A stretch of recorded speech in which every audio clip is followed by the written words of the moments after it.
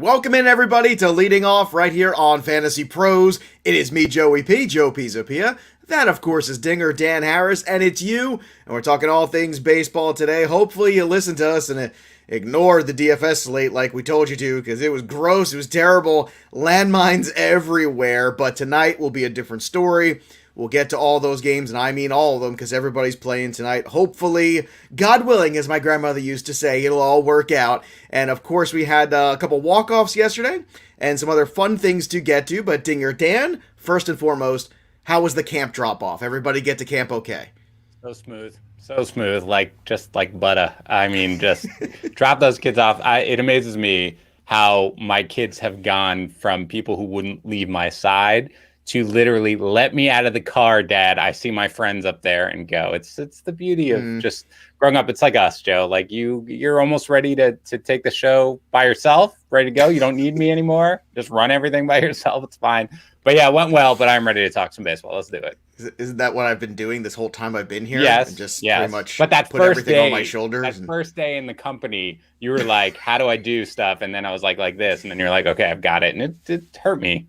By the way, we're 5 months in now, you and me together. So 5 months. 5 whole months, you and me together. It feels like years, doesn't it? Yeah, it does. It feels like a long time. Not going to lie. Long time. I don't know what the month anniversary is. Do you hate those couples that celebrate the month anniversary? I mean, what are you doing? What is that?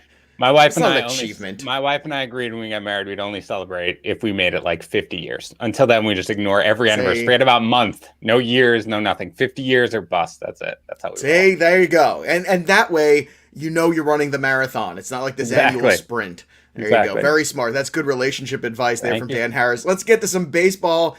Today in Shohei, of course, we always have a little Today in Shohei. Or I don't know, do you like Today in Shohei or Today in Ohtani? I don't know.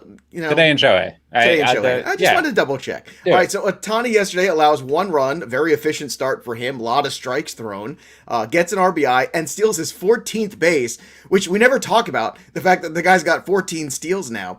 Our own Mike Mayer, our illustrious co-leader here on the show here, he had a fantastic little nugget that he dropped that he saw on the Twitter machine. So the last player to have an RBI, a stolen base, and 5 Ks on the mound, do you want to take a wild guess in 2018 who that pitcher might be? I will give you a hint. He has pitched for many, many teams over his career, and he's won a Cy Young. There you go. So we'll get to that trivia answer a little later on. He's 2018, he's still pitching now. He's pitched for quite a few teams now in his career, usually pitched very well, and is pitching in the American League West right now. Oh, that's enough hints. No more. 3 ups. Moore's grand slam give the M's a victory over the Astros. Gross. Once again, something that actually looked like it could be decent was terrible last night. We tried to warn you. Hopefully you listen. Diaz strikes out the side, makes Dan Harris sleep good last night. Picks up the save in the doubleheader split for the Braves and Mets. And then Jorge Soler is on fire. Where's this coming from? He's got 6 home runs in his last 6 games, 2 last night. How about that Jorge Soler? Do you think anybody's getting these home runs, like actually getting to use them? Because I feel like it's one of those streaks where you're just so frustrated with this player on the year that I can imagine just most of those home runs being on the bench. What do you think? Yeah, I'm going to look into his rostered percentage in 2 seconds, but I was looking at the data this morning. It kind of looks a lot like the good Jorge Soler. I mean, to the extent there's something that's not, what he was a couple of years ago, it's his barrel percentage, which is down to 13.9% as opposed to 16.6 when he was doing really well. But everything else, man, like the strikeout rate, right? Like last year it ballooned to 34.5%. It is back down to 26.7%, right in line with what it was when he had that huge breakout year. His average exit velocity, his max exit velocity, his hard hit percentage, it's all there. Like, I'm not sure there's a reason for Jorge Soler to have been struggling quite as much as he is. And he's the type of guy who, if he gets hot, you need to ride it. So I'm looking up his roster. Take a guess, Joe. Let's say. Take the guess. What's the rostered percentage for Jorge Soler? 38%. Okay. I'm just stalling so I can look it up as my computer. It's between the range of 37 and 39%. Okay. The correct answer is 43%. Very good, Joe. Very close. Very close. 43%. So he's probably available in your leagues. By the way, this is something, we talk about this every once in a while, but we are now at July 27th. Okay. What do you think, Joe? 50% of your league is still paying attention? Probably. 40%? Yeah. 25%. Like football is about to start. But this is our fault. But and here you go. My playoffs in my home league, 16 team, super competitive home league. Again, it's my home league. It's my friends, but some of my friends are people like John McKechnie and Chris Meany and Jay Feliciano and like guys who are like in the industry and they're like my friends. And over the years they've come in, but it's a lot of really smart people. We started our playoffs yesterday. We have 2-week rounds of playoffs for 8 teams, and we're going to be done by the first week of September. So it's very easy to structure a baseball league in a very fun way that people don't find it to be a grind. You don't have to do it the same old way. I think that's the problem. Like, people get weighed down with Roto, and I get why, because by the time it drags on into August and September, and teams are out of it, and literal Major League Baseball teams are out of it, and they're quitting, and everyone's kind of, cashing in their chips and going home, why not structure it a different way that it's over by a certain time? You can enjoy the rest of the playoffs and baseball on your own time and not have to worry about like the competition with football and all the other things. It's a matter of just do it better. That's all. Just do it better. There's my rant. I haven't had a rant in a while. Yeah, I'm fine to go head to head, but I'm gonna disagree with your rant. Look, if you're starting the playoffs already, that means like you've had half a season to essentially make the playoffs. You need more than that, man. You need more. No, we've had more than half a season. We have had almost 100 games. Whatever, man. Well, fine. You've had less than 2/3 of a season, man. I mean, you need more. Okay, I get that starting it early. But for me, start in mid-August. How many games have we played already? How many games have we played? What's the total? Said 100. I don't know. Total games? Yeah. How many total games have played already? All right. There's 162 games in a season. You need a good substantial run of playoffs. About 100. Head-to-head. About 100. 101. There you go. 100 games in, boom. And again, this is my dream for real baseball, that we play 100 regular season games or 101, and then we have a 60-game tournament to get to the World Series. That's what I want to do. No, I know you hate everything. By the way, I'm an old man traditionalist. Yes. Yeah, you are. Wonky Penguin, again, the smartest person in the room. Zach Greinke, right? Is the person. Penguin. So I had it. Star Platinum also got it. So well done. Zach Greinke was the pitcher that I was looking for who stole a base. Because when you think of speed, you think of Zach Greinke. All right, let's get to some of the downs from yesterday, because there's always fun downs. Jared Walsh leaves the game with a side injury. Look, Jared Walsh has had a very good season. This is obviously any side or oblique issue is always going to be troublesome, and the Angels just can't seem to catch a break, because not only is he hurt, but Anthony Rendon probably at least a couple weeks away from the latest report. So, I mean, this just sucks, because Anthony Rendon had a good run there for a while where he was healthy for a few years and playing games. And now it seems like we're right back where we were with Anthony Rendon, which absolutely stinks. Dallas Keuchel gave up 4 runs in what was just the worst night ever in DFS. So we're going to get past that. Let's talk about some stuff, because I don't want to talk about stuff. The Yankees have made an offer, apparently, for Trevor Story. Yep. Dan, what do you think that offer looks like? Do you want to beg to speculate what the names might be in that kind of a deal? I have no idea. It's probably more money than anything. Gleyber Torres maybe in it. I don't know. What do you think? Do you have insight into what it's going to be? I don't have insight. I don't have insight. I'm guessing it's something like one of the pitchers like King or Garcia. I mean, my guess, it's got to be, if you're the Rockies, you've got to realize, like, if you are going to rebuild, which you should, you're not rebuilding for next year. You're rebuilding for probably 2 years, 3 years down the road. So my guess is it would be more of the younger prospects that are coming up. Well, I mean, you think Dominguez? Do you think you can get Dominguez from them? It could be. I don't know. I think the thing that I have the least handle on in baseball right now is what the price is going to be for these guys who are basically rentals or 1-year contracts, something like that. I don't know exactly what the price is going to be for any of these guys. I mean, I guess, Nelson Cruz, I thought the Twins did well for the return that they got on Nelson Cruz. So if that's what it's going to be, it's probably going to be a relatively high price for a guy like Trevor Story, who hasn't had a great year, by the way, or anything like that. And you worry about what he's going to do when he gets out of Coors. But I don't really, if you're the Yankees, is that what you're worried about? Are you worried about getting a guy like Trevor Story? Get some pitching, man. I don't know. Shore up the bullpen, shore up the starting pitching. So I don't expect that to be Story will get dealt, I'm sure, but I don't expect it to be to the Yankees. All right. The A's made a deal. They acquired Andrew Chafin. Good move for them, getting some help there. Good for them. And the Cubs sell-off is coming. This is it. Yeah. Also, speaking of the Cubs, kind of a fun moment last night with Javier Baez and Amir Garrett. I just want to see them fight. Just fight. Just fight it out, guys. Like, if you got all this bad, I hate the angry walking. The angry walking towards each other is just the worst. I just want to tell everybody, look, if you want to fight, you fight. And if you don't, stop pretending that you do because you look ridiculous. And sometimes it's good. You fight, you get out of your system, and then maybe you get together, and then you go out, for ice cream later or something like that. I don't know. All I know is don't angry walk at me. If you're going to angry walk to me, that tells me what you want to do, and then I'm ready to do it. And I don't understand why we can't get past this point with these two guys. They just seem to want to do it.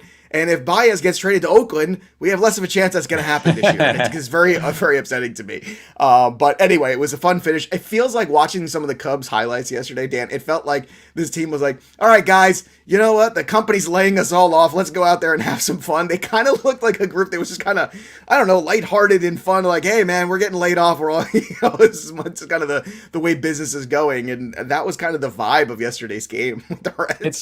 It certainly feels like everybody's getting moved from that team, and they all know it, right? Everybody's just like, this is it, guys. Let's just burn that. Let's have one rager before we go. Let's everybody get drunk and let's burn the office down and stuff like that. Let's go nuts.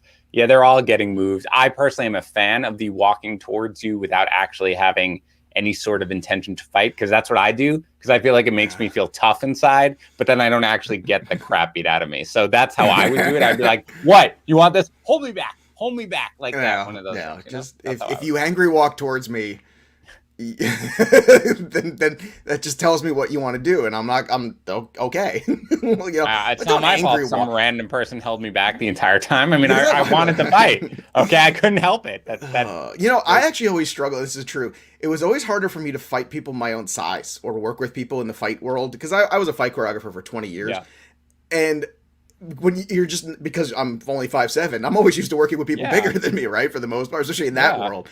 And it's just funny because like someone my own size gives me way more problem.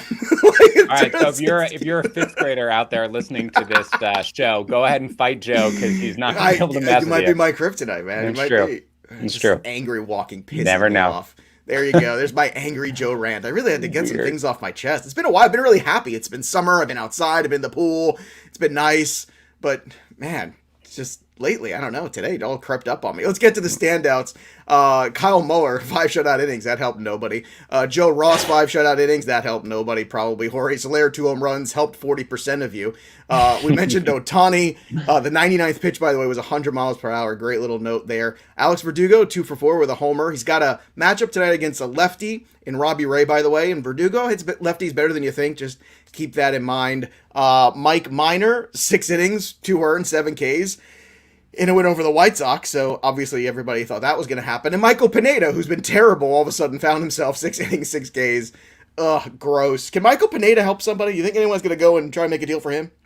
Yeah, I think they definitely will. His velocity is still a little down, so I don't know whether or not he's being bothered by, his elbow or whatever. But I think that, look, if you're the Twins, anybody who's not, you're basically selling anything that's not nailed down to the floor, right? Like you have to at this point once you got rid of Cruz. So Donaldson's going to go. Pineda's going to go. They'll listen on Barrios. And I wouldn't be surprised in the end if Barrios does get moved, because I think so too.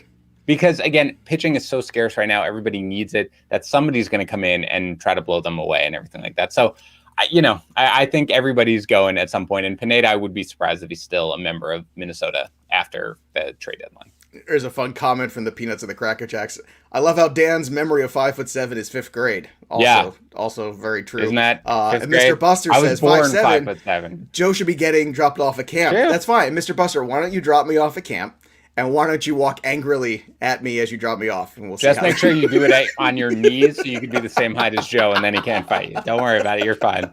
You're fine. Oh, good times. I am salty today. I don't even know why. I had extra rest because you had camp drop off. Anyway, it's late. Maybe it's the crappy night of baseball. It's just crappy. Maybe it's the mock draft we're doing later, and you're just trying to I'm excited about. 3:00 today. In case you need a double dose of Dan Harris and Joey P, which I know everybody does, like that double shot of espresso you can get at Starbucks. Today at 3:00 Eastern, make sure you're subscribed to the Fantasy Pros regular channel, not just MLB, because we're going to have the mock draft today, myself, Tags, Yates, and Dan. That's going to be fun, so play hooky from work. Don't worry about it. It's fine. Just keep it on the background. Brad Hand, 3 runs in the third of an inning. Good job there, Brad Hand.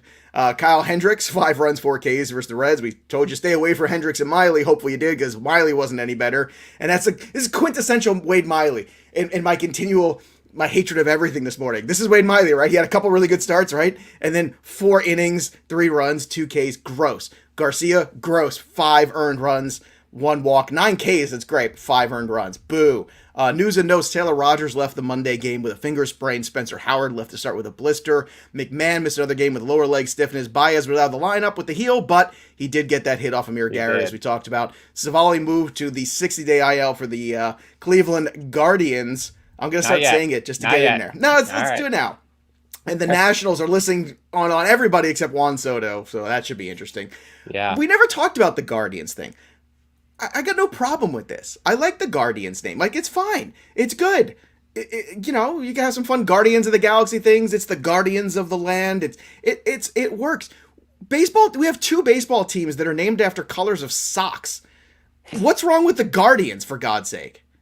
I think people get way too worked up over too silly things. Like, who cares? How dumb of a name is the Metropolitans? That is a dumb name. Imagine that now, what Twitter would say. The Metropolitans? What a stupid name. It is. We just accept it because it's been around forever. I don't know. All I know is that I think that it's great that professional football teams are evaluating their names for the fact that some of them may be offensive to certain groups of people, and that they are taking steps to improve on those names. Whatever the name is, the Guardians, I don't care. You know what I care about? If the Mets won a World Series and their name were the New York Poops, I would be totally fine with it. Okay, like poop emojis everywhere on this show. I would be wearing them all day. Hat. I would wear a poop emoji shirt. Give me a World Series. I don't care what you have. So for me, if I root for the Cleveland baseball team and they name their team the Guardians and they win the Central and they make the playoffs, fantastic. Stop caring about stuff like that. Care about what matters, which is like how your team is actually performing. Thank you. Holla. Amen, brother. And by the way, you're right. There's somebody mentioned, there's 3 teams named after socks. I forgot about the Reds, the original Red Legs. Correct. Yeah. So 3 teams named after socks, and people want to get there and what's in a bunch about the Guardians. It's a perfectly good name. The logo's cute, whatever.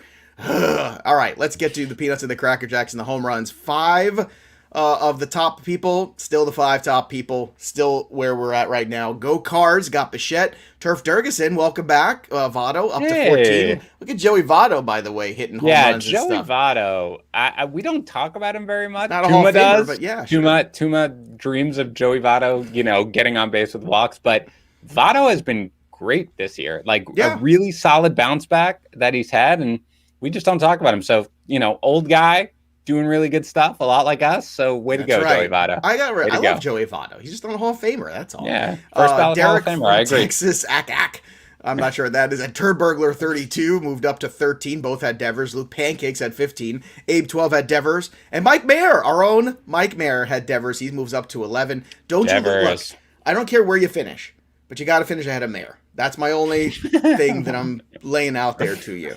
Other Cracker Jacks with home runs: J.J. Tater, B-Mac 812, Jeremy Hall, and Birdzilla also. So that's still D. Gordon Lady at 19, still Randy at 19, me, Tough Guy, Joey P at 18, Wonky Penguin at 16. So hopefully tonight we get back on track. Devers became one of the great, I think, draft values of the year, Dan. Wouldn't you agree? Like that Devers, there was a discount on Devers going into this year. I saw it in auctions. He's a fringe first round player, and I would see him going in second rounds, late second rounds, sometimes even third. It was just weird. It's like people did, and I know he had was a shoulder issue in spring, and everyone got kind of panicked a little bit, and it really affected him. And you got a great value this year in season long on Devers, and he's just a spectacular talent, and maybe he should be maybe next year in that MVP conversation. Unfortunately, no one else can be without Ohtani doing what he's doing right now. But Devers was a good value what I saw. No matter what the bots say in real life drafts, I didn't see anybody pay full cost for him this year. I'm trying to remember. It's odd. I don't remember. I just looked at it because I was looking at Tout, and I saw what Devers cost because I was looking at. Do you remember what he cost in Tout? I think it was like $24 or something like that. Well, I mean, you look back at $30-something player. He had kind of, again, this is something that I think as fantasy analysts and I think as fantasy managers, this was probably the toughest year in memory because of what we saw last year. And you saw a guy like Devers last year, right? His walk rate was really low, 5.2%. His strikeout rate ballooned to 27%. He batted .263. He only had 11 home runs. You could have been like, oh boy, I don't know. Here's a guy who doesn't really steal that many bases. If the power is not really going to be there, I don't know. If you gave credence to what we saw last year, you might have been a little worried, but it's very clear that that was just small sample nonsense, right? Like that's all it was, like whatever was going on, not something that we should take into account. He is one of the best players in baseball, real life. And again, he's got 27 homers now. That's phenomenal. He's got the 81 RBI. I mean, RBI is a product of his team a lot. The Boston Red Sox lineup has been very good, despite the fact. But again, JD Martinez, has what, 67, something like that. Mayor can tell me, but yeah, he's been great, and his draft cost will certainly be higher next year. But I didn't really remember thinking about him. In drafts, but you're probably right. I kept wanting to target him, and I just didn't. It wasn't like the right scenario, but it was kind of frustrating because I would see him go, and I'm like, oh man, that's a good value on Devers, or I would have a pick like in the top, and then he would go later past me, or I'd grab the pitcher that I want or something like that, and it was like, oh man, that Devers value is really good, and I could sense it in the moment, and then. Obviously in retrospect, it turned out to be just that, which is, again, a great win, especially if you got him in a keeper league this year at any kind of discount. That would be true. Yeah, briefly, since we're talking about the Red Sox, I will mention Verdugo, who homered. Verdugo hasn't really been very good for a while, and we kind of like, I think because he started so strong that I feel like I didn't really think about the fact that for a while, and then I saw him homer last night. Like, looking at his splits, Joe, that's his first homer in July. Wow. He had 2 homers in June.